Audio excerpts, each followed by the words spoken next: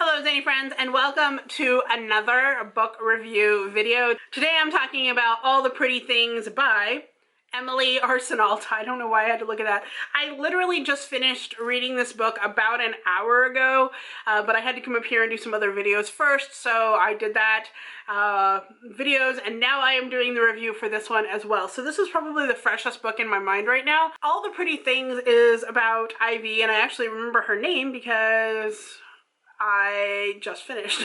So Ivy works at Fabuland, which is like an amusement park that's run by her dad.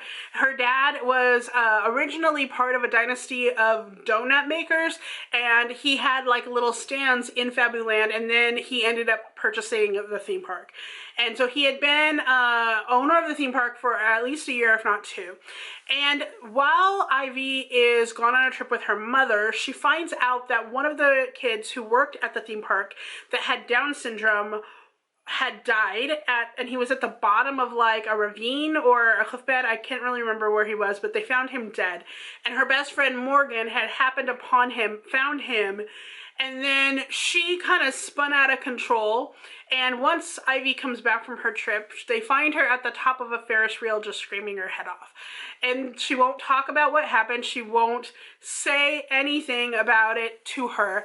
And so Ivy is really not sure why it is hitting her so hard. So she goes into full investigation mode, trying to figure out what might have happened to this boy named Ethan, and if he did in fact fall, did he jump, or was he murdered? And so she has to ask all these people in the amusement park that she works with. Some of them are friends, and their reactions, of course, are not the best reactions. Obviously, they like one person takes it very badly, and so there happens to be just like a series of mental issues that happen in this park. So the ending to this, it made sense, and that's pretty much what I can say. I gave it 3 stars. Mainly because I thought it could have been fleshed out a little more. There were just some storylines and some connections that I would have liked to see explored a little bit more in this book. There was some things that happened with, can you just see the cat? There were some storylines with some of the characters in this book that I just don't think wrapped up in a way that was satisfying enough. I think there was a tiny bit of unsureness at the ending, honestly. There was just stuff I really had questions about still, and I was like, you gotta talk about that?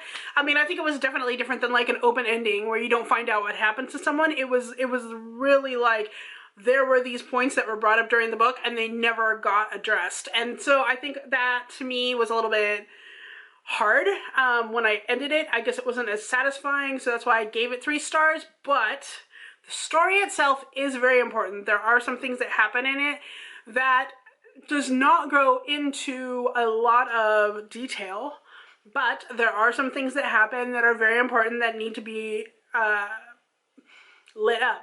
There needs to be shed some light on this topic, but I'm not going to tell you, but there are trigger warnings, a little bit, just a tiny bit of trigger warnings in this book, so please proceed with caution if you read this book, just because of the trigger warnings. But honestly, the story itself was fine. It was good, and if this kind of story, is something that you are interested in, I think you will find the characters to be very deep. I did find that, and I really appreciated the fact that the characters really had some sustenance to it, and I felt like I really knew what was happening in their head and what they were going through, so I think there's that, at least. Yeah, thank you so much for watching this little review of All the Pretty Things, and until next time, stay zany.